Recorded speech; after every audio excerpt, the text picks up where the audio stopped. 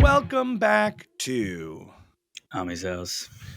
At some point, I'm going to stop doing that, Michael. But for now, I will always cue you up. It's it's a weird power thing that you have. Say Force me to say it. Say my name. Say my name. Okay, so this is a good catch-up episode. A couple of weeks since Mamdani was chosen as the primary winner, elected to be the primary winner for mayoral candidate New York City. And there's been some fallout on that. But you had some conversations with people. He won the primary to be the Democratic candidate for mayor of New York City. Is that what it is? Technically speaking. No, so there's been all this interesting discussion. Very serious. Yeah, there's been discussions within the community. You know, you see his competitors coming out, people asking Mayor Eric Adams if Mamdani's dangerous for Jews.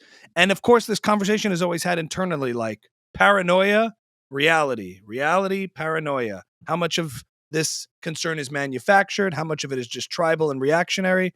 And you try to keep an impartial lens on it. But I am leaning as far towards hysteria as possible in the sense of like everything that I think this guy is that people are saying about him in terms of danger is not a misrepresentation. I think it's the actual, and the misrepresentation is the public persona he's putting on. So that's what I want to talk to you about. So last time we recorded it with Olivia Reingold, Sir Olivia Reingold. It sounds right, doesn't it? Olivia Reingold. And she had not won. He had not won yet. It was the day of the election, and then but she was like, "I think he's probably going to win," and then he did win, and we haven't spoken since then. I don't know about you. This has like we had an episode on Iran, Michael. We had the episode on Iran, not yes and you, right? That was in betwixt.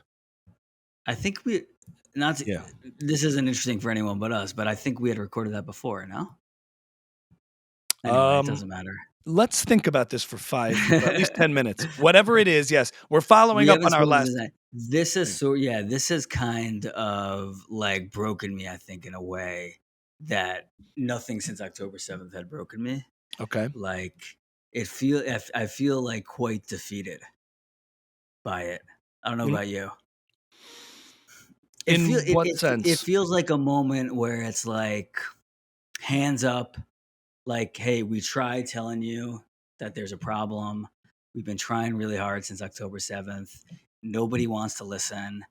And like there's finally been like an official election where it's like, do you think anti-Semitism is real?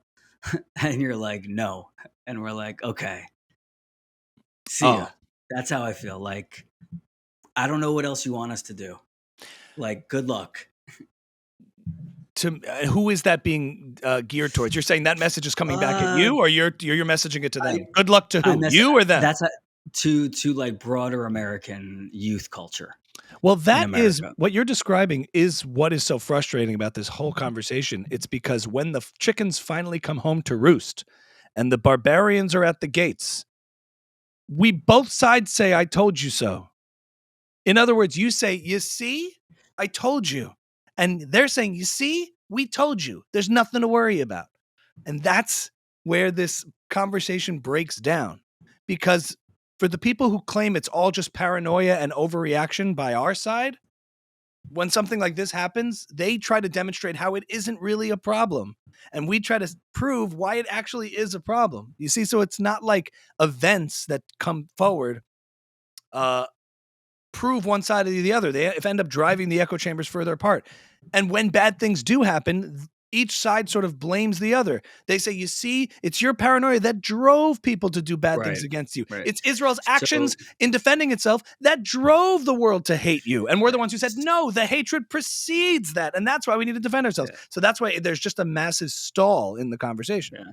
And that's... So and to me, Mamdani is the human embodiment of the college encampment protest, the Democratic Socialist of America, the Socialist, and the Islamist, anti-Israel, anti-Zionist. They're all in one. The silver lining, I can tell you, is that it's clear as day. Like the dividing line has never been clearer. We can complain about Kamala Harris all we want, that she's not going to be good for Israel or Jews. And some people will be like, oh, come on, please. In this case, oh my goodness gracious, this guy is proudly anti the state of Israel. He won't arrest violent criminals in the street, but he'll arrest Netanyahu. I mean, like, it's very honest what he is. And now, as we're seeing, they're digging up all these tweets of where he stands. He's a communist. He wants to, he hates the United States. He hates Israel. And it's pretty clear. The question that I'm having after talking to some people who like voted for him, yes, is, and their attitude was like, give me a break. First of all, him being anti-Zionist, he's right on line with 99% of people. Most people think what's going on in Gaza is awful and a genocide, and like that doesn't make him special. So like, is he anti-Zionist? Yes, like so are most people. The question is like, does he hate Jews? And and the feeling for his supporters is like categorically no. That's crazy. You're paranoid. You're nuts. Mamdani does not hate Jews. And I've been trying to like wrap my head around, like, take a breath, like maybe they're right. Like maybe you've been in this. I've been in my own echo chamber for sure of like right wing Twitter for the last few years, and like, have I gone over the edge where like this people, the way people were going like dreading Biden being elected is going to ruin the country, like, and I thought that was crazy. Am I now crazy by thinking Mamdani is going to like ruin New York City? And I've been trying to wrap my head around it of like, does he hate Jews, or is he just kind of like a good dude with some bad ideas, but like at the end of the day, he's inspiring. People seem to like him. We need an inspiring figure. Like, relax. So what's very dangerous about someone like Mamdani is you don't need someone to overtly hate Jews. You need someone who makes apologies for those who do, to allow Jew hatred to flourish. In order for violence against Jews to be permitted and perpetuated over the long haul, you need the people who commit the violent actions, who hate Jews, who hate Zionists, who want Israel destroyed. But then you also need the people out there to put a shiny face on it and say, what you're seeing is not what you're seeing. You need the violent protesters, but then you also need a CNN reporter in a suit saying it's mostly peaceful. And that's how you get a society to implode. It's because when we see things right in front of our face, when we see positions like not believing in Israel's right to exist as a Jewish state, with being part of these organizations that support Hamas, that support violent resistance. When you look at rap lyrics he's put out supporting these groups, there's lyrics that are supportive of Hamas and violent resistance, but with a shiny face and just a good dude. If people can digest that and say, see, that's what you need in order for this to really thrive. Because most people who were out there being unapologetically anti-Semitic in polite society or saying, I want to kill the Jews, they're not going to get very far unless they have people covering for them. That's where I see the real danger. I'm not going to take the bait as far as saying, Mamdani is out there saying, I want to kill the Jews. No. He is reframing and recategorizing entities and groups and movements and ideologies that do, but coding it in language that he may genuinely believe, and maybe he's not hateful. It doesn't really matter. His intentions aren't actually that relevant, even though I don't think they're necessarily good. I don't think the door's closed and he secretly says, we're going to get those Jews. That doesn't even matter, because him in this position of power allows him to convince large demographics and large constituencies of people and cohorts to say, okay, it's not actually Jew hatred. And then when I say the barbarians are at the gates, all of the sudden we've seen a society that tolerates a whole lot of intolerance and illiberal views. And that's how evil flourishes, is when people who are good convince themselves that it's not there or that it's something else. I actually like that answer a lot. And I think there are two things going on. There's Thanks the for New watching, York everyone. issue. Just kidding. There's the New York issue.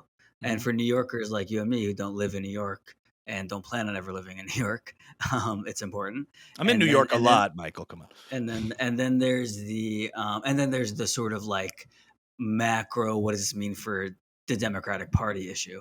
I think as far as the New York issue goes, like you said, I think talking about it in terms of real consequences from a New York issues perspective is much more effective than saying he's anti-Semitic. Like saying, what happens if what happened in DC happens in New York? What is the mayor going to do about it? What happens when the Israeli Day Parade happens? Is there going to be extra security for the Israeli Day Parade? I don't know. Is he going to do it? What happens if there's an attack on a synagogue? Does the city like put more officers there? Mhm, Like that's a New York resident issue, mhm. and like it doesn't matter if he's anti-Semitic or not. You can just go back to what he said, and you can figure out what he may or may not do. Yeah. And remember also, like in the East, right? How do they express themselves in Iran or in, countries that hate Israel? Like they say, and I'm not talking about like the Iranian people who are like moderate. I'm talking about like the regimes express themselves very explicitly. We hate the Jews. We want to destroy the Jews. Death to America, death to Israel. Okay. So we know where they stand. How does the West implode upon itself? They convince themselves that this is about empathy and human rights and inclusivity. They basically codify uh, in a language that appeals to Western values, right? Which of like tolerance. And that's how you allow non judgmentalism of terrible things. Like we don't judge any cultures because we're so inclusive that you take those values and they implode upon themselves. But that's how he has to stand along with the LGBTQ community or all these progressive movements when deep down, I don't know if he really holds those beliefs. Or he doesn't call out the countries that are against those beliefs. If anything, he condemns the one country in the Middle East that does agree with those beliefs. Do you see? So So, so so that that's just as dangerous, if anything, if not more, because it allows for mass delusion.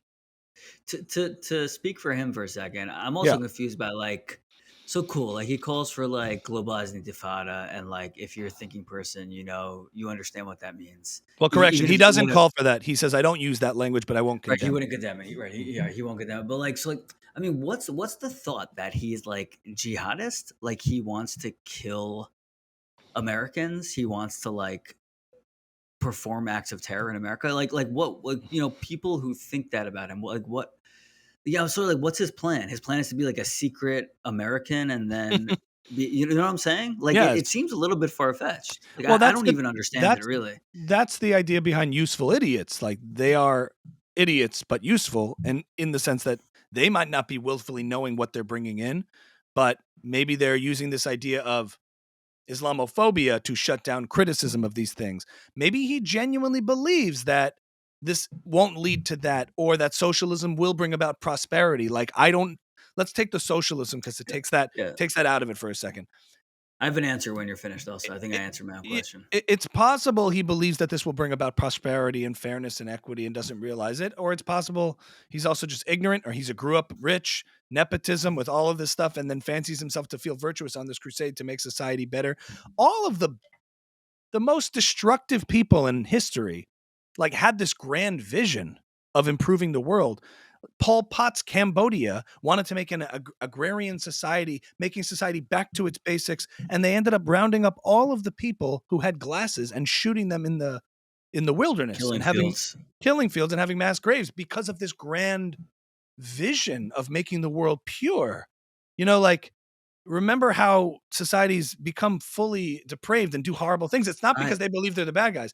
Now, in his case, does he believe in like Sam Harris breaks this down pretty well. Sam Harris used to talk about radical Islamic terrorism. It's like you have the people who will strap on suicide bombs and they will go out there and they will blow themselves up, and not everybody is willing to do that.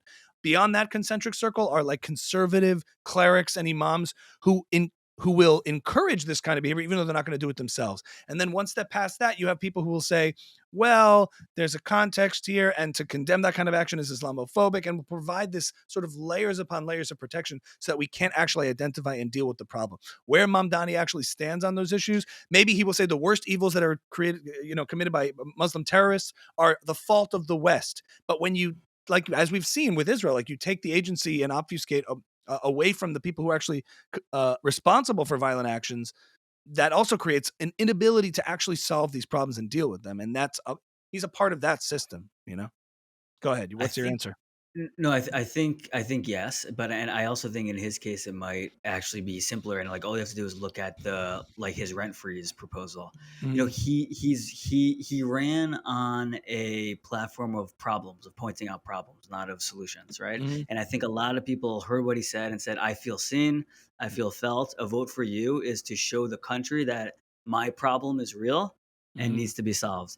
His solutions are silly, like he's not.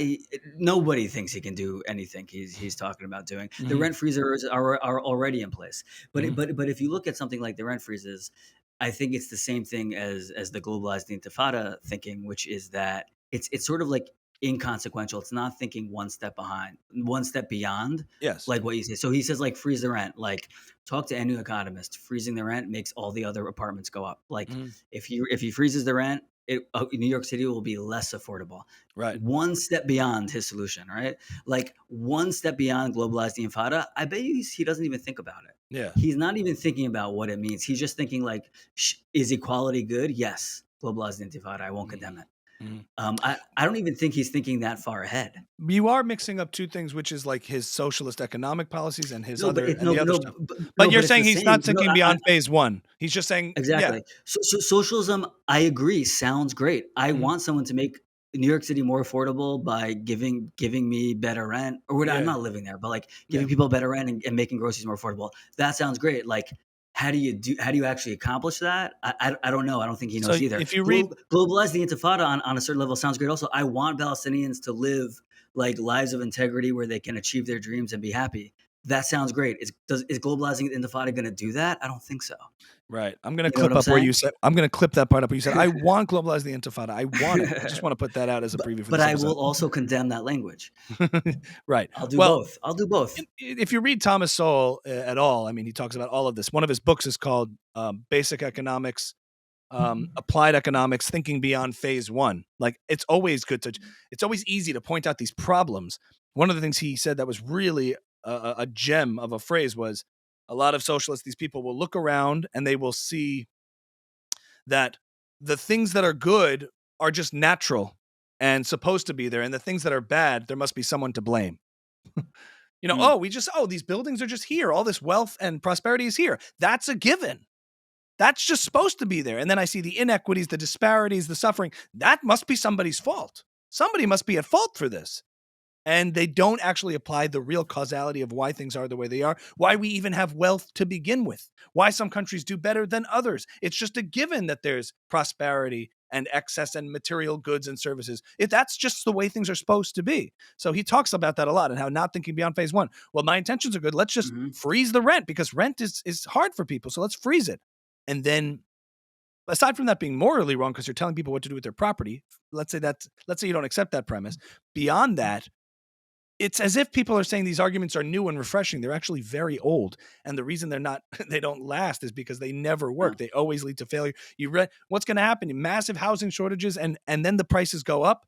And then you can always blame the greedy developers. You can, underlying socialism is so much envy and scapegoating, which is why it lends itself a lot to anti-Semitism. But it's always about blaming the developers, blaming the greedy capitalists. Look what they did. They invested money that they don't accept belongs to those people in higher development housing.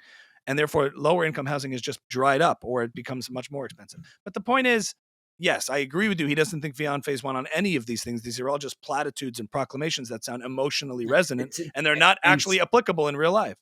to me, that's like That's why socialism comes back. it's one of the more insulting parts of this whole thing, where like young Democratic or whatever Democratic New Yorkers have like chosen to vote for someone who's like so not solution oriented. Mm-hmm.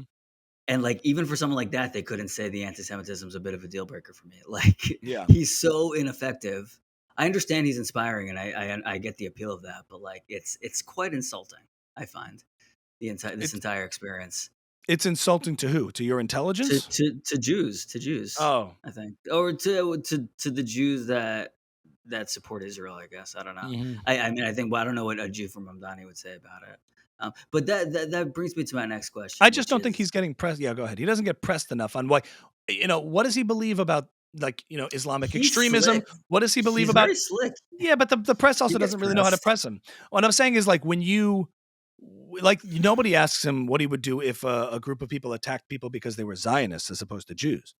You know, well, he doesn't get Yes, pressed I there. mean, I hope in the next few months somebody will. And now you're seeing all the Um, tweets that are being rehashed of him giving the finger to the Columbus statue and all so this you know anti-American stuff. that you know Talk to what me. I saw that, and there are Yeah, articles coming about old tweets he did. yeah. To me, that's the same thing the left did to Trump. Hmm. I actually see the way. the right is now responding to this is very much the way the left responded to Trump, of like, we're going to find the one thing that will like prove to you he's not a good guy, and then you're going to not vote for him. And they're like, we don't care. We don't care. He said globalized nefada, even if he meant it. We don't care. Right. Truly. Like, you're not going to get us. You know what I mean? And the same way Trump, we're like, we get he's a slime ball. You're not going to get us to not like him. Yes, We except get where he's coming from. Yeah. yeah, the difference to me is that I'm trying to think about this. When people say he's actually a communist and people say no he's not, and then you pull up a video of him espousing communist talking points that affirm the claim that I'm making, like seizing the means of production, nationalizing these things, or saying that he claims to. I just lost your audio. He's a communist. Go ahead. Yeah. Go They ahead. don't care he's a communist the same way Trump voters didn't care that he's a philanderer and liar and thief. Like, they don't really care he's a communist. They may say he cares, they care, but they don't care. Right. That's fair. I think. And, well, that's to demonstrate to, but I'm saying though, those things demonstrate to people who are trying to do what you did in the beginning as a mental exercise. To like fool themselves into thinking, okay, he's probably just reasonable, wants a little bit more equity, he doesn't really believe the worst of that ideology. The point of those rehashing those old things is to demonstrate that he is what he says he is, and it's the worst version of that you can think in terms of actually believing these ideologies. Don't fool yourself just because he's smiling more now and he's more media trained. That's what I'm saying. It's a little different than Trump, where people are trying to say, you see, the people who voted for him because they want a socialist takeover, yeah, they're not going to see an old tweet and go, huh. They're going to say, exactly, that's why I voted for him. But I think there are a lot of people who are trying their best to not want to have to face reality and say, okay, he doesn't actually hate the Jews. He doesn't actually hate Israel. He just believes in a state of equal rights. We spoke about that with Olivia, what, behind all those slick words, what is really implied. That's where I think those tweets come in handy, because they're like, okay. That's all. But I hear what you're saying. Enough. We're not trying to find the smoking gun of like, ha. In that sense, it's just to affirm, like, we're not the crazy ones for pointing out what he is. You're the crazy ones for deluding yourselves. That's the point of that whole effort, from the way I see it. Like, this guy's anti-American. No, he's not. Okay, so why is he giving the finger to Columbus in his old thing? Why is he posting all these videos of how much he detests capitalism, doesn't want billionaires? He certainly wants billionaires' money, but he doesn't want billionaires. Isn't that funny? We'll see. We'll see what happens. So anyway, you feel defeated, but there's a silver lining of like, it's nice to just know what you're up against. And I don't know, like, in a way, there's been a lot of left-leaning politicians that did believe all these things. They just didn't have the guts to say it. So there's a part of it I respect. I imagined Obama calling him, being like, Zohran, don't say it out loud, brother. Don't do it. Come on, man. Let's work together. Yeah. From one Muslim to another. Do you think Obama? At what point do you think Obama calls him and is like, "I want to meet you"? That's probably an exciting call to get if you're Mamdani. You think so? Because he's the mayor of New York City? one politician to a rising politician. Like, I see you, brother. I want you to. I gotta stop saying brother. It sounds, but like, I see you. I wanna hang out. I wanna hear what you're all about. You think after he wins, you think they've already spoken? I don't know what the relationship is like between former presidents and New York City mayors. I just don't. No, it's not. It's former Democratic presidents and new rising stars in the Democratic Party. Like when Jay-Z, hears a mixtape and is like, text you, hey man, I heard it. Great. Why'd you say Jay-Z and not Eminem?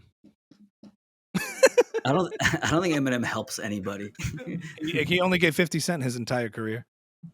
Damn. And Jelly Roll. You're right. Jelly Roll too? He was on Jelly Roll's record. He blew it up. It was great. I didn't know that. Yeah, we are really off topic now.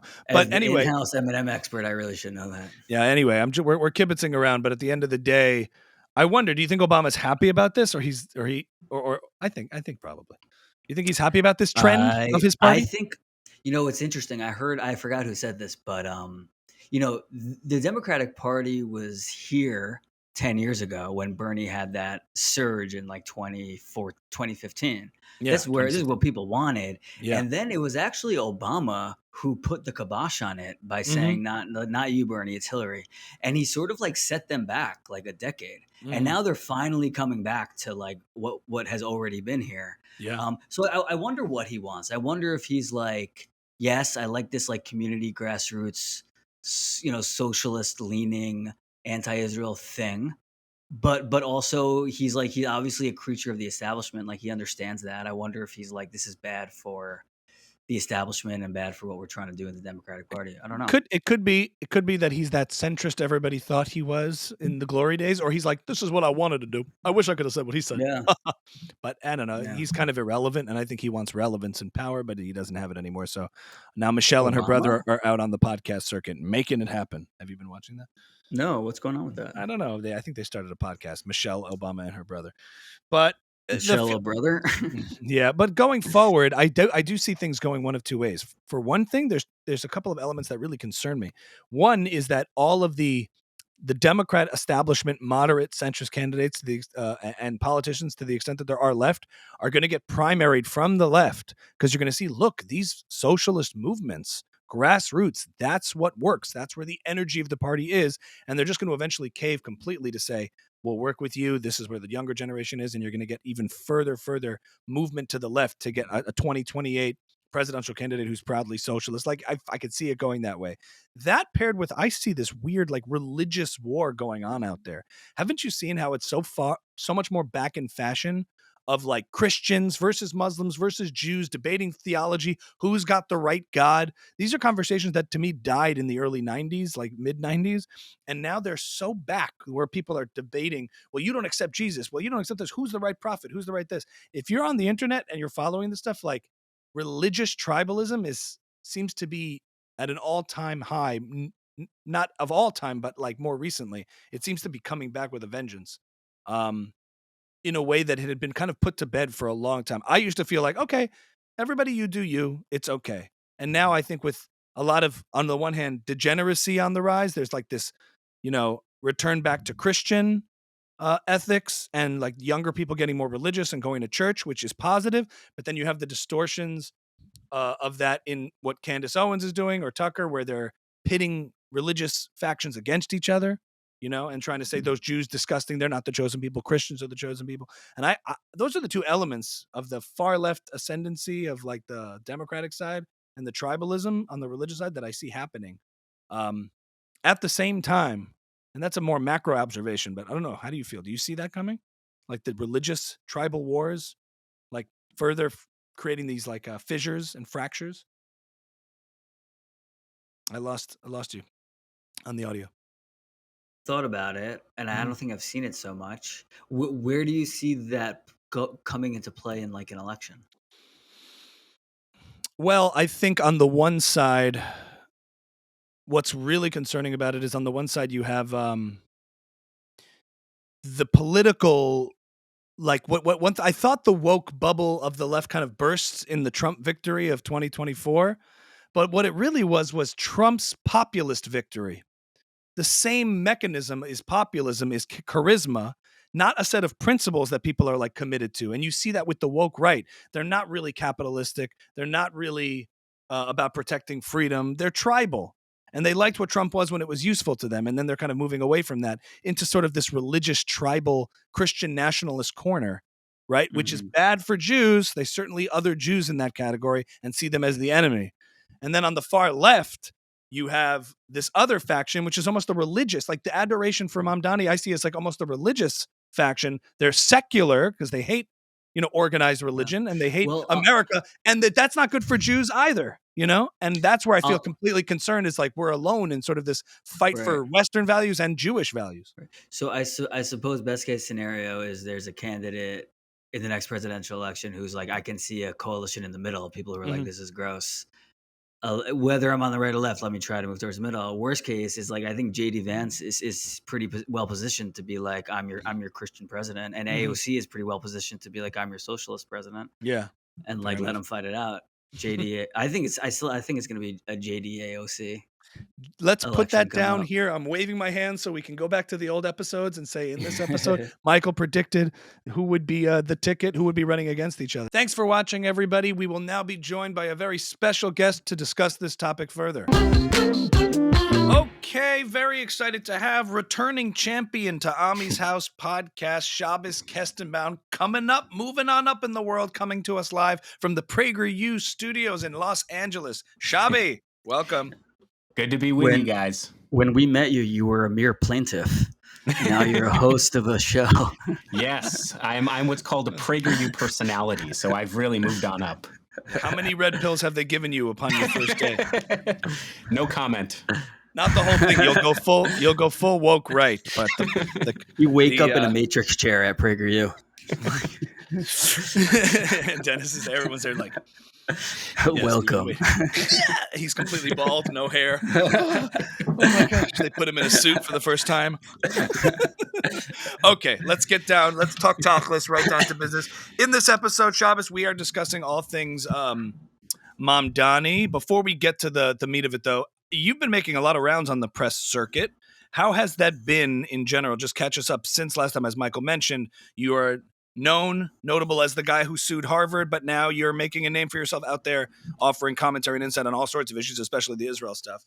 And yeah, I've been seeing you on Pierce a bunch of times in a bunch of these, I wouldn't call them necessarily hostile environments, but places where you have to really, make your case quickly and concisely. So how's that been going?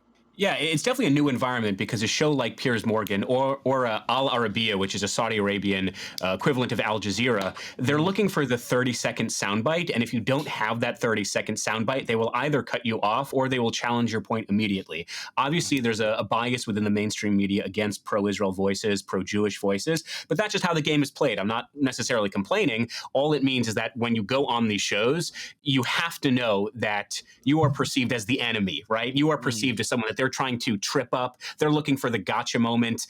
And as I said, I think we're sort of lucky because we have facts and logic and reality on our side, which sort of helps us and makes the case for us. But yeah, Piers Morgan is a great example of this, whereby I was on a show last week, and right before they had me on, along with Colonel Richard Kemp, they had, I'm forgetting his name, but he's a pro-Palestinian activist. He wants to build a hospital in Gaza, which are very noble causes, obviously. And it was about a 30-minute interview he had with him. No interruptions, no gotcha moments, no challenging questions. And then he has me and Colonel Kemp on. And within the first 30 seconds, it's, how do you defend the genocide? How do you say what's happening is not terrible? So you see there's like this obvious double standard. But as I said, that's how the game is played. And so long as you believe in the cause and you can be a relatively effective spokesman, then I'm fine with that media landscape. Yeah, go ahead, Mike. I was just going to say it's important not to confuse which format you're on. Are you on a long form podcast where you want to extrapolate nuanced ideas, or are you engaged in mortal combat? And Piers Morgan is verbal combat, and I think it's important mainly because I don't judge people who don't want to go on and aren't comfortable in that kind of arena, and I don't judge people who do. There's millions of people watching. That's the truth of it, and he covers these things and brings a lot of people to it. So that's who you're really trying to reach. But there is a certain style and approach one has to take that strategically, if you insult Pierce or personally attack him or any one of the guests, it will go south very, very quickly. So you are being put in some sort of spotlight to make a case, and just kind of understanding what arena you're fighting in will allow, I think, the different people who go on to use the proper tool set, because sometimes people bring the wrong tool set to these things. And like you said, they get tripped up really quickly. And I've seen people do well and I've seen people fail. So yeah, and if I could just add quickly, I know after his treatment of Natasha Hosdorf, who's, of course, the pro-Israel British lawyer, she's an activist, she's in a fantastic legal mind, and he was really ganging up on her. He was quite chauvinistic. Then there was sort of in the pro-Israel space, there was this discussion of we need to boycott Piers Morgan, and even accusations that he's an anti-Semite. I don't think he's an anti-Semite. I just don't. I don't see evidence for it. Do I think he has this double standard? Yeah, that's what I was talking about earlier. But to your point, it is a major platform. You are reaching an audience that traditional news outlets just do not reach. And as I said, if we can be effective on that platform, then why wouldn't we do it? And we were sort of joking about this before we went on for the recording, but it's kind of true. If they don't have someone like Jonathan Conricus or Elan Levy or even Shai Davidai, they're going to have Shmuley Boteach. All right, they're going to have bad spokesmen for the cause. They're going to have people who do not portray our narrative in a positive light. So better we go on that platform and try to portray our story in a positive light than these other, nefarious actors. So I'm happy to keep going on the show. You're about to appear on Shmuley's Instagram. Here come the screenshots. Ironically, I think Pierce is the only man on earth Shmuley has not called an anti-Semite, which is weird. You're an anti-Semite. He goes up to kindergartens in Muslim neighborhoods. Anti-Semite. He just kicked me. That pool's an anti-Semite. I stripped in that pool. I stubbed my toe. That corner's an anti-Semite. But we're having too much fun with that. I hear you, and I also think like jumping to conclusions to call someone, to use I want to jump into the next thing. Michael, did you have any comment on this before we jump into it? I just had one question, just very quickly. Can you tell us about the art of like how you hold yourself while you're listening to other people say messed up stuff? Like the faces you have to make while you're listening and it's not your turn to speak? It's funny you say that because the first time I went on Piers was actually the first day I started working at PragerU. In particular, it was the first 5 minutes of walking into the PragerU building, and they said, "We need you on right now." So I wasn't prepared. I wasn't, I didn't even know what the main topic was going to be. And I just decided right then and there, I'm not sure if it's an effective strategy, but just have a stoic face. Don't react. Don't get too emotional or too combative. So I was debating with Anna Kasparian, it's interesting. She works for the Young Turks, but she says, I'm an Armenian. I know what a genocide is, but yet she works for the Young Turks, which were primarily responsible for the Armenian genocide, but I digress. And as a recovering socialist, I grew up literally 13, 14, 15 years old, watching Anna Kasparian, watching Cenk Uygur, watching the Young Turks, and they were really informative to my worldview. So I was debating her, and it became clear that something within her psyche kind of just snapped. This was not a rational debate. So as I said, I just took this approach of don't really react, have the same face. And about a few hours after the debate, I saw on the Groyper neo-Nazi side of Twitter, which I frequent often, they kind of took a screenshot of that debate with a picture of my face saying, this is the Jews' reaction when Anna calls out the victim Holocaust card. And it was just funny because that was just my expression the entire debate. So I don't really know what they were picking me on for. So I take the approach of don't get too emotional. Try to be the reasoned, respectable figure. Because I think overall, while it may not work for Twitter, a public audience, like the electorate, they like people, I would imagine, who are just more level-headed and don't yell and scream. So that's the approach I'm taking. But it's very hard because you are being berated. Which is exactly what Cenk Uygur does. Always level-headed, never loses his cool. You will not speak over me. But what's funny is also you have to remember sometimes there's a delay in the feed. So if you roll your eyes and it's ill-timed, you just look way on the spectrum. You don't want to do that because it's just like all of a sudden. And it happens like at the wrong time. So if you have to maintain the stoic face, if only for the timing, because I know sometimes there's like a delay. And if you roll your eyes 5 seconds after someone said something, they're like, what did that guy just do? He twitched. And again, Cenk and Anna, it works really well for Twitter, especially being anti-Israel. You will get 3-4 million views in a 30-second clip. But as I said, when it comes to like the national electorate, I just don't know if they're making effective arguments because people just look at Cenk and it's a very easy caricature. So I'm not too persuaded by their approach. Yeah. So I think it's a perfect transition into how to engage in this properly. I think jumping to conclusions to call people you object to anti-Semites, moving on to the engaging in this public discourse effectively to what I think is real anti-Semitism. We are doing this episode as a real deep dive into Mamdani and what's happened in New York City as him becoming the winner of the primary and poised to be the next mayor of New York City.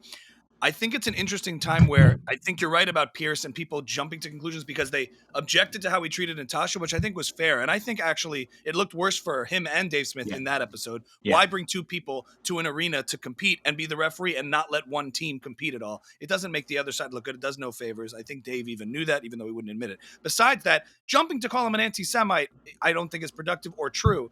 I think it does a disservice. But to the real issues at hand, when we really do see anti-Semitism, there's also this sort of territory we're in now where, you see someone like Mamdani. He in a way, it's refreshing that a lot of the caricatures people will call him a socialist, a communist, these extreme views, like he owns a lot of that.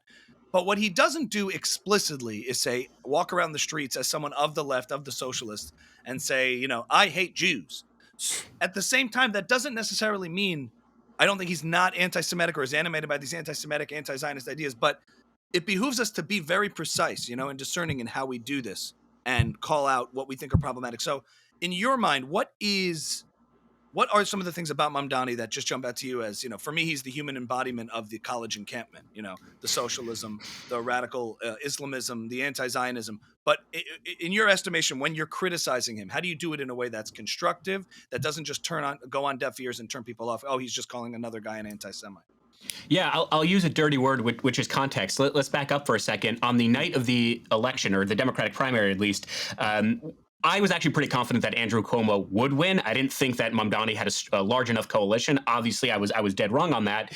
Within an hour or two of the polls closing, I was added to about a dozen different Stop Mamdani, Save New York City WhatsApp groups of, relatively influential people. I'm not influential, but I was added to these WhatsApp groups of Wall Street executives, of young activists, of Instagram influencers. And very quickly, I wrote in all of these groups before I had to leave a lot of them because there were a lot of notifications. I said, don't make this about anti-Semitism, because clearly that was not enough of a reason for people to not vote for Mamdani.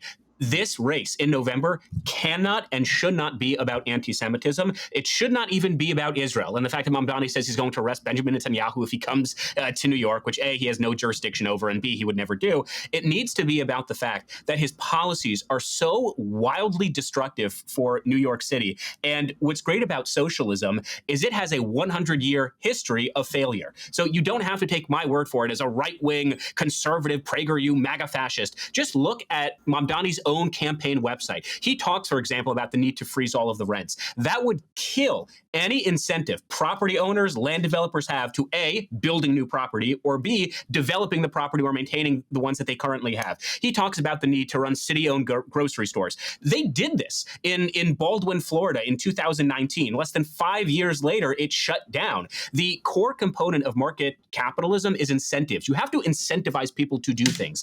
And when Mamdani goes on CBS, for example, and he says, oh, there shouldn't be any billionaires in this city, which, leaving aside the unethical aspect of taking away people's wealth, the entire premise of Mamdani's economic policy rests on there being billionaires in the city so he can afford all of these expansionist programs. What the top 1% of earners in New York City, they generate 48% of all revenue in New York City. 48% of all the revenue in New York City comes from 1% of the earners. So there comes a certain point where if you tax them out of existence, you won't have the money to pay for these things. He talks about the need to have a $30 minimum wage. I have a relative in New York City who has a small business. He has told me to my face, if I have to pay my workers $30 an hour, I will not be able to operate in New York City. And what about the bodegas? What about the businesses that really do rely on very, very thin profit margins? So we don't have to make this about anti-Semitism because his policies would be so disastrous, because socialism, as Mayor Eric Adams says, has no place in New York City. This is the epicenter of capitalism, and it's the epicenter of incentives, of profits. And I don't think that's a bad thing. Man, you are at he is at PragerU. Would you look at that? 2 weeks into the game. My goodness gracious. I'm salivating at the mouth here. Let me add something to that too. Also, the way the argument from Mamdani's side is framed is that real estate owners, are these billionaires who are trying to take advantage of these like poor tenants. No one ever thinks about the small real estate owners. Like most real estate owners, I don't want to say most because I'm not entirely sure, but there's a lot of people who own one building, one apartment in the Bronx, in Brooklyn, and Queens. And like, they're the ones who really get hurt by these rent freezes. They're the ones who can't wait 4 or 5 years for the laws to change. And they're the ones, like these small business owners, who are really going to get hurt, not so much the billionaires. Correct. And that figure is accurate. It's roughly 2/3 of landowners, or real estate developers, I should say. They don't have real estate properties throughout the city. They're not real estate moguls. They have roughly 1, 2, maybe 3 properties. Yes. And the second point we need to be clear on when it comes to freezing the rent, there already exists a sort of analogous program in New York City called NYCHA, the New York City Housing Authority, which are epicenters of crime, of murders, of rapes, of assaults. I mean, the current New York City Section 8 housing is a disaster. So rather than saying we're going to focus on rebuilding, reforming, we're going to incentivize Section 8 to sort of, redo their buildings, we're just going to do away with the system entirely and just try again. It's a ludicrous idea. And again, I'm sort of at an advantage because I was a socialist for most of my life, and I'm not that old, I'm 25, but I was a socialist up until a year and a half ago. I understand the language that Mamdani speaks in. And more than that, I understand why young people get that language and like that language. Because if you're living in New York City, which is unaffordable, Mamdani is right to focus his campaign exclusively on finances, on the economy, on affordability, and you can't afford things, and someone says, we're going to freeze your rents, we're not going to charge you for groceries, we're going to have free public transportation. I mean, that is exclusively why I voted for Bernie Sanders twice, because this was a 78-year-old man who said, I care about you, and I'm going to cause a political revolution whereby you won't pay for college, you won't pay for your health care, we're going to nation build here and home instead of in Iraq and Afghanistan. And that was an appealing process. As a socialist, it's nice to have people pay for your things, but as the saying goes, eventually you run out of other people's money. So that's Milton Friedman, baby. We are cooking. You know, it's funny. So you are basically responsible for the rise of Mamdani, you and your ilk, who bought into all these horrible ideas. But it's interesting because I want to park all of that, what you said, for a second strategically, because it's actually quite surprising that you, of all people, who saw like the excesses of anti-Zionism turn into anti-Semitism, translated into actionable harassment against Jews on campus and in New York, like seeing it across different campuses, and New York being one of the epicenters of that, to say we're going to put all of that aside and not like use the Mamdani platform as a classic example of how the Jewish community won't be protected, especially the pro-Israel one, which is a lot of them, will not be protected under an administration like him, which, I mean, I totally understand practically and strategically. You're like, look, people voted for him anyway. It's not enough. But I guess my question is there still something worth holding on to there in pointing out that if, the Israeli Day Parade happens in New York City, is he going to double up the security? Is he going to protect Zionist demonstrators when they get attacked? Is he going to consider that a hate crime, given his feelings and open sentiments about Israel and not believing in Israel's right to exist as a Jewish state and those who support it? I mean, do we just let all that go, or is that a compromise that is like too much to ask for?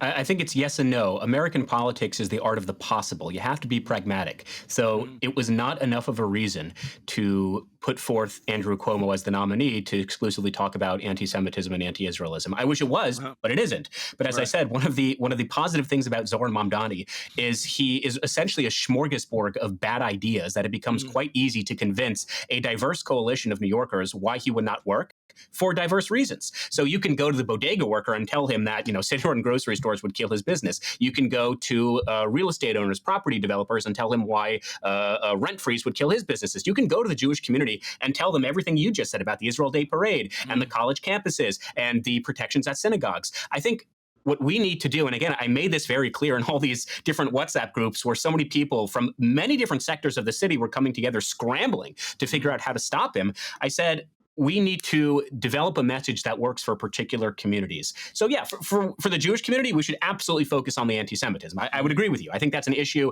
that we need to reinforce, especially because Andrew Cuomo, who really ran one of the most uninspired campaigns, arguably, in New York City mayoral history, at least in modern New York City mayoral history. Mad Money doesn't know what he's doing. Vote for me. I need to repair my legacy.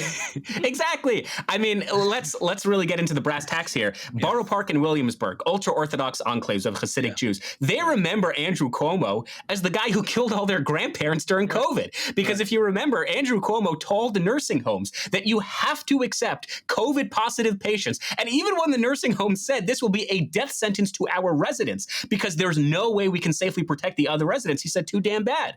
Or you can go to the Me Too activists. You can go to the females on college campuses and say, this is a guy who was credibly accused of sexual assault, so they didn't want to vote for him. There was a lot of reasons not to vote for Andrew Cuomo. I smell hair and I chop a feel. I'm Italian. This is what we do. I did it with my auntie growing up. I would squeeze her butt and give her a hug. This is what we do.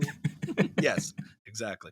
Which turns out is not a very effective or persuasive defense. Yeah. Which, by the way, Zohran Mamdani, I mean, if you want to talk about the Italian-American community, he flips off the Christopher Columbus statue in New York City barely 2 years after he became a citizen. So we could have a whole separate discussion on settler colonialism and the backwards mentality of Zohran Mamdani pertaining to, third worldism and American exceptionalism. Even his July 4th tweet, the first sentence was about, happy July 4th, but also America's a really terrible country that remains unfinished. Yeah. If you keep it, go ahead, Michael. Oh, well, just piggybacking off the Cuomo thing. I mean, what do you think now of the Jewish community now, kind of getting behind a candidate, either Cuomo or Eric Adams, who's like pretty crooked, like not the most popular candidate either, just because he's not anti-Semitic? Like, is that a good look for the community? Well, look, that's what they tried doing with Andrew Cuomo. Whether it's a good look or not, A, it didn't work, but B, again, I don't want to beat a dead horse here, but there were conversations that I was involved with many of the New York Jewish leadership. And we made this case that Cuomo was a very uninspiring candidate. When we would have meetings with him, he would be looking down on his phone. And when we would ask him our questions, he would sort of look at us disinterested, give us quick answers, and then sort of move on. But we were told to essentially shut up, and he's the only viable candidate. And I got to tell you, I did an event with Mayor Eric Adams. I think it was shortly before the primary elections. And I said, this is a guy. I'm not saying who I'm voting for. I'm not saying who I'm endorsing, but this is a guy who, let's call a spade a spade. He showed up for our community. He is actually going to introduce, I don't know if this is off the record or not, but in the coming days, he's going to introduce a mask ban in New York City. He actually has produced a lot of good results for the Jewish community. And I honestly think, even though hindsight is 2020, of course, had the Jewish community rallied around Eric Adams and said, Andrew Cuomo was someone who gaslit us. Remember the red zones, or whatever he called it during COVID, where he said there's certain communities that aren't listening to the guidelines and they were exclusively Orthodox communities, which he arbitrarily just made up, and then he then had to apologize for. But Eric Adams did show up for us. And at this event, I told the Jewish leadership in front of Eric Adams, in Judaism, we have a concept called Hakara Satov, showing gratitude and appreciation. And I'm pretty grateful for his leadership. You don't stand for me, I stand for you. And you should never be afraid to wear your yarmulke in the subway. I do remember that. Certainly as far as the personal connection and the advocacy on our behalf, sure. But one can understand, I guess that's a good answer in the politics, especially at the local level, where, there's obviously principles that we have and try to abide by and stay consistent with. And then there's the people who are going to advocate for the interests that you have for your community, and the priorities like safety, security. And then, I just, on the Mamdani thing, if you focus purely on the economic side of it, then you have to get into the weeds of arguing against those low-hanging fruit socialist arguments that repeat themselves and appeal to younger generations who just see grievance. They see a lot of prosperity and wealth and assume that is simply the given. And when they see things lacking, there must be someone to blame. And to tap into that is it's very tricky emotionally and psychologically to argue against that, because who doesn't love free stuff? Who doesn't love revolution, prosperity, making things better? And that's it's on the emotional resonance. Capitalism always struggles to do that. But I just wonder what actually galvanizes people. I think in the Jewish community side of things, you're right. I think us feeling vulnerable as a community is one way, but to the other people, you've been in that mindset where you're like, these ideas sound inspiring to me. So talk a little bit more about that. Like, when you're getting into the heads of these young people, let's be gracious and say, if Mamdani was a hardcore capitalist and felt the way he did about Israel, I'd still be very concerned, but I'd be like, hey, at least his policies are going to do well for the city, and he's not an international figure, so all's well and good. He'll be a great capitalist mayor. What do you see can be the most harmful from him holding socialist positions in terms of what authority he has? And how do you appeal to those as someone with a former socialist broken brain? Socialist broken brain. On an objective level, the problems that Mamdani is diagnosing are fairly accurate. The city is unaffordable. The crime rates in the city are way too high. So he's diagnosing the right things, and he's speaking the right language of, we are going to take care of it by starting and embarking upon a political revolution where the status quo, the political culture of our city, is unsustainable, and therefore we are going to get rid of the process entirely. That was Bernie Sanders' argument in 2016 and in 2020. That's why I voted for him. It's why I supported him. It's why I was a Bernie bro in the 2016 Democratic Convention, because he made a very clear argument that we cannot afford things at home. Meanwhile, we're paying for things in Iraq and Afghanistan and across the world, and young people need a political revolution, which is why I I said both publicly on my Twitter and reaching out to the Eric Adams campaign, if you want to win, you need to create a plan. What are you going to do to bring costs down? What are you going to do to create more accessibility for housing?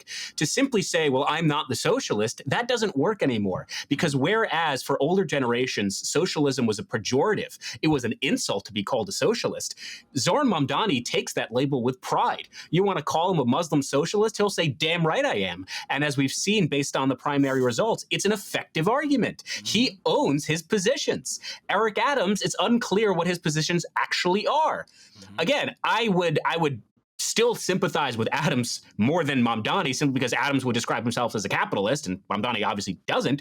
But still, Adams will have a very difficult road ahead if he can't articulate the things he will do differently. And that's another issue we have to deal with. He's the incumbent. So when he talks about, yeah, there are problems, well, the obvious question is, well, why didn't you do anything about it? And then again, from another pragmatic standpoint, Curtis Sliwa and Andrew Cuomo are not going to drop out. So Andrew Cuomo came out yesterday, actually, a spokesman came out saying, we're going to conduct a poll in September. And in September, whatever the poll's finding is, who is the most effective anti-Mamdani candidate, will abide by that poll, which number one, they're not going to abide by it. And number two, by September, it's way too late. So as long as you have three different people running against Mamdani, Mamdani wins. It's really that simple. I completely agree. Sorry, there's a little delay there, Michael. I completely agree that the alternative to socialism, it has to be positive. It has to be also revolutionary and have the same emotional impact. If you look at 2012 Romney versus 2016 Trump, 2012 Romney said, I don't want to talk about my business record. I had a good career. I don't want to talk about it. I'm embarrassed to be this rich guy. And Trump said, I'm really rich. I'm really rich. I got a lot of money, billions of dollars. And say what you want. Think he's the devil or the angel for that, or the hero or the villain. You respect it because he is proud of what he is and believes in it. And that confidence, I think too often the counter to socialism is simply how bad and destructive it is. And then when they want to make a capitalist argument, they try to also have a little bit of socialism in there to appeal to those same people, rather than standing on your own principles and your own sense of assurance that my system works, my beliefs, my ideology is better and more virtuous. And I don't know, I hope that maybe an Adams or an alternative can have that, but we've yet to see that proud kind of thing. You end up getting a little bit of a socialism light. Mamdani has a point, but work with me. I'm a little more sensible. And people are like, I don't want sensible. I want to shake things up here because it sucks. Michael? Yeah. Oh, no, I want just to remind Shabbos of your second question, which is what powers does a mayor have that could practically make a Jew feel afraid in the city if he wins mayor? I know that emotionally it's scary, but tachlis, what Right. what is it that a Jew might have concern over if a mayor was anti-Semitic?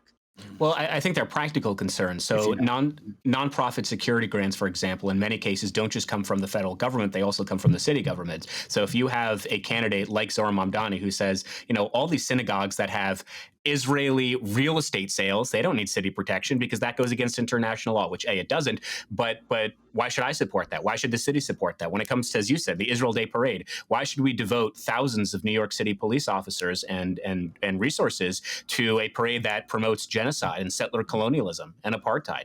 What happens, and we've already seen this in New York City, where 2/3 of all religiously based hate crimes are targeted against Jews, in particular Orthodox Jews, with a candidate who made a Hanukkah video, spoofing and making fun of Jews. So that's not someone who really, A, understands our community, and B, has shown any practical desire to help that community. And we got to be honest that, as I said, politics is not only the art of the possible, but American politics are exclusively transactional. It's a very cynical way of looking at American politics, but it's also a realistic way of looking at American politics.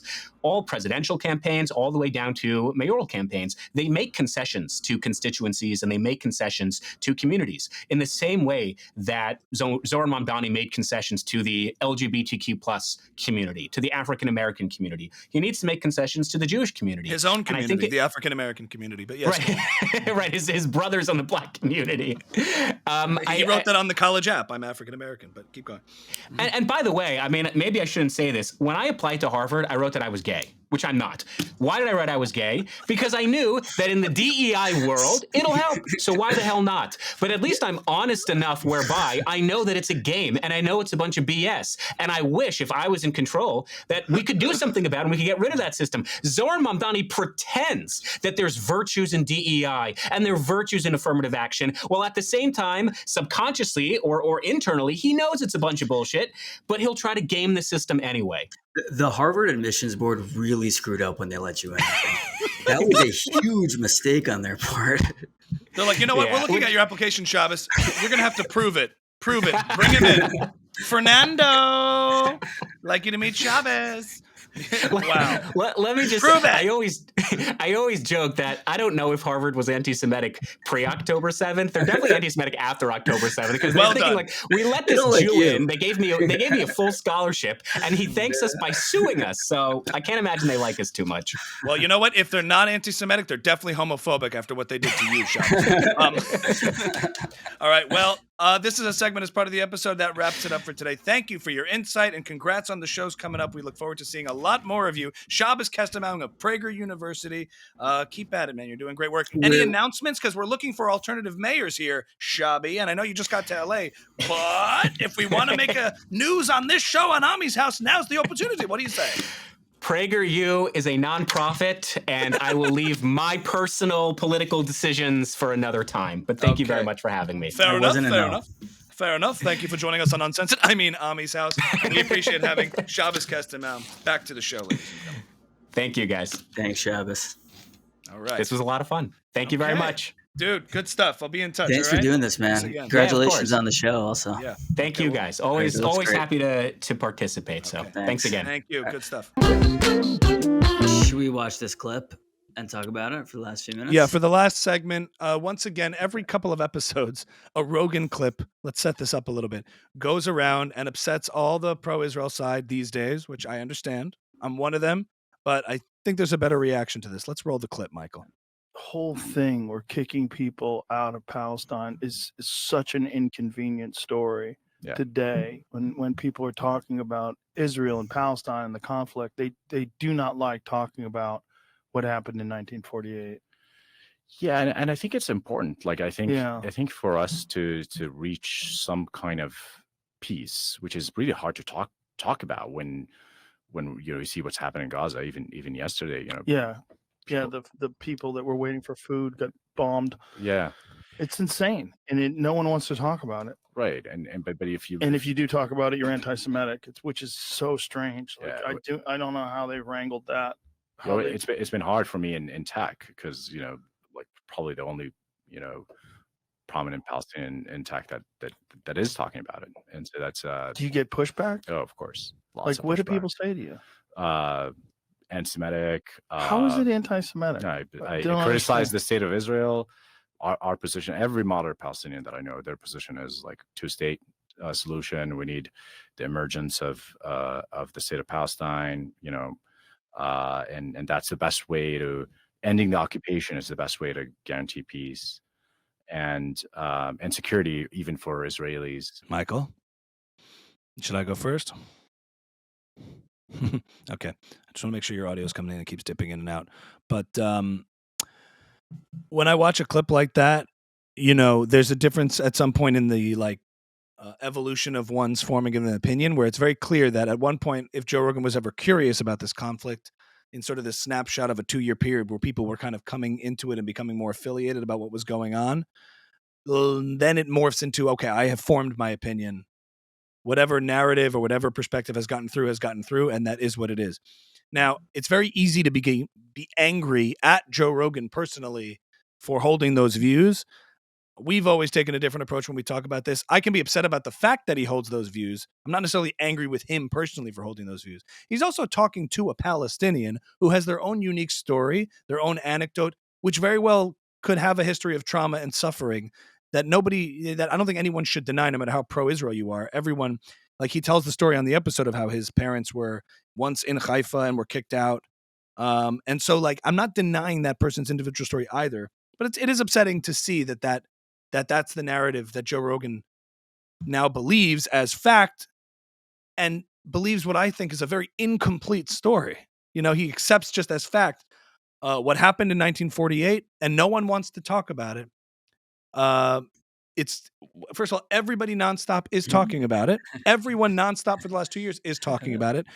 What they're not allowed to do, what they get challenged on, is presenting an incomplete story about it. So it's a funny thing. You're like, you get called anti-Semitic. That's true. That's a fair critique, that people get called anti-Semitic for having too many questions.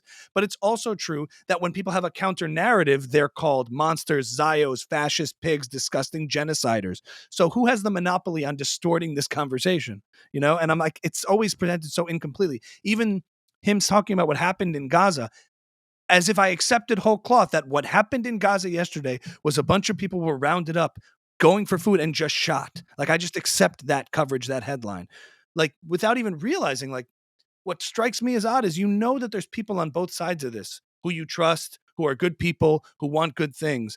And you've whole cloth accepted a characterization and a display of this as completely one thing. And I don't know why that's the case. It baffles me that would be the case. Yeah. And I would just finish by saying, his guest saying at the end, every prominent Palestinian I know just wants a two-state solution. They said every moderate Palestinian I know. Right. So where are they? How many are they? Yeah, and how many moderates are they? The whole thing is just reeks of incompleteness, which is baffling to me. But to me, that's a reflection of where the chips have fallen, and we have to know what to do with that. I mean, as a Rogan fan, I saw two things in that clip. I think he made a living for a while having people on who would talk out against woke culture, which if you listen to a podcast from like 2019, and people would always say, oh no, they're going to cancel me now because I said this thing. Like, people really were getting canceled. It really was very cutting edge to talk out against woke culture and like faux racism or whatever. It was really interesting. And to me, it seems like that industry has died. And I'm not saying he's so calculating, but just when he thinks about like what he finds interesting, now what's interesting is people who are going to talk out about Israel. It's like it's kind of the third rail now that other people aren't doing, and so he finds that really interesting. As a Rogan fan, though, like, he's not very curious about it. Like, I would love it if Rogan was talking to like really reasonable people about questioning both sides of the narrative and like bringing me in and being like, I'm very Zionist, but that is a really interesting point your guest made, Joe. And like, and as someone who's really curious, I trust your questions and all that. But like, he's not doing any of that. He's made up his mind. He's having people on who want to talk out about Israel, and just like editorially, it's really disappointing as a fan to keep watching these clips and like, and for someone who likes questioning narratives and propaganda, like, you're not doing any of that, and you're just kind of letting me down, I think. Well, I wonder if I'm being like, if I'm trying to get into someone else's shoes, when you're approaching this impartially and just watching from the outside, and you've seen images and nothing but self-destruction, nothing but destruction and the optics of war in Gaza for 2.5 years, and then somebody tells you that's not what's happening or something like that. Is that just frustrating to cognitive dissonance? Like, you're kidding me right now. You know what I mean? Like, how much of it is... Isn't he media savvy enough to know that just because you see images on like your algorithm, like there's more to that story? He's not like, so all he talks about your media diet and like knowing what you're watching and where the information's coming from. Like, yeah. No, I'm with you. I don't think he's anti-Semitic, and I don't think he's a monster for thinking what's going on there is wrong. But there is a closedness to it that is surprisingly out of character, where it's like, this is what it is. Yeah. When there's a lot of people you respect that hold completely different views, you would think it would just open you to that. Now, it's also true that you have the guest in front of you and you're also trying to like be agreeable to them and they're Palestinian. But I'm just like, I'm trying to think, have the pro-Israel side done that bad of a job trying to explain it to you? Is it that hard to figure out why in war it would, like, how gracious can I be here? Honestly, yes. Honestly, yes. Right. Yes. Yeah, and you can see an alternate universe where he has Tim Dillon on. He's like, oh, Tim, like, you buy that shit about like the massacre on the food line? Come on, dude. Like, what do you think these ideologies are supposed to do, bro? And like, he's having a real conversation. You could see an alternate universe where he's like, I don't buy any of that propaganda bullshit coming out of Gaza. Give me a break, dude. You know who's putting that shit out? The fucking Hamas health ministry. Like, you believe that's like, you got to look into it, dude. You got to do your own research. Get on Telegram, like, do it. But I'm saying none of that exists. Which is sort of like, that's the strangest thing about it, is like all the things that I think make Joe appealing, make the show appealing, was seeing the other side to it, and going beneath the surface and not taking things at face value. But what I think has happened is there's been a lot of people like Joe and other people who've been convinced that the fake story that was presented to them was the Zionist one. Beneath that is what's really going on in Gaza. Right. But we're here to say beneath that is what's really going on. Right. And he's And limited. that's the way to win over that argument. In that way. It's what? I think he's limited in that way. I think there's very simple ways to get through to Joe Rogan. Mhm. Like, I mean, we're wrapping up here now, but like, Yeah. I'm saying that's a really interesting way into it. Like, oh, you think you see the real story? Here's the real story. Right. That's one way. The other way is like you believe in these that like the Egyptians understood something about the universe that like modern man doesn't. Like, let me tell you a story about like a people who have survived all the empires that they've ever been a part of, and they carry with them these traditions and stories and narratives. And now they're telling you something now that like, you know, and they have a story now. And like, let's listen to it. Like, that's also a cool way into Joe Rogan. No one's doing any of that. No one's doing that. That's why I think Harry Rosenberg needs to get on. Well, a good plug for Shout Harry. out to Rob, our Patreon, who suggested it. Yeah. And I do see a lot of, God love them. I love my Israelis, but when you see them sometimes on the news in the West, so it's what I say in my stand-up. You know, what do you mean the killing? What do you mean killing? It's what we're doing. Okay, so what you don't want? You know, and I'm like, that's not what you say to Piers Morgan. If you're trying to really get the truth out there, there's this reactionary, combative, cultural language barrier. When you see professionals from Israel, like ambassadors and people trying to get on, this is why, Piers, you an anti-Semite. Not anti-Semite, you know what I mean. It's just like, no, it's meaning it's Jews you hate, but you love some. So I'm not saying you don't hate, but you don't love. Like, what do you mean by that? And like, you know, then you're going up against, you know, I don't know, Bassem Youssef. It's bad. But there are good voices too. Look, I think in the long run, if you know, it's interesting. Like Dave Smith was on Breaking Points. He's like, the truth is, I'm not that good of a debater. You know, I'm not the most qualified. I'm not the biggest scholar, but the truth is on my side. I just tell the truth and it has this ring to it. And I completely agree. So in the long run, I do think the truth prevails. And you stick to it. And you think about message, you think about how to connect and get these points across effectively. But I agree with Dave Smith that the truth prevails. And so at the end of the day, that's what sort of, I think, keeps me and keeps us grounded and just staying the course of, like, you know, not trying to sort of get into this thing and say, what can I say? What will this person, it's a balance between saying, what do you think this person wants to hear versus what's a good way to communicate this message that we can both understand each other. Those are kind of different things. And it's a big challenge to parse that. I see people getting on Pierce. They try to do it one way, they try to do it the opposite way. They get combative, they go on the attack. It never works out. There are different ways, depending on the medium and depending on the format that you're in, to communicate. That's different than just trying to tell people what you think they want to hear, you know? And I think that's what you said is, like, Joe Rogan responds in his world of the true story behind what is just on the surface. And for people in our world, we're like, what's on the surface is all the Qatari and Hamas propaganda they're putting at you to paint a picture. But hey, it's better to be victorious and survive and thrive than to just be loved and dead. So what can you do? Amen. End on that. All right. Thank you for watching. Thanks for watching, everybody. Check us out on Patreon, please. Head on over to Patreon to help support the podcast. We appreciate all of you listening in. This is Mike and Ami doing a little duo here on the Catch Up on Ami's House. Thanks for watching, everybody. Stay tuned for more episodes.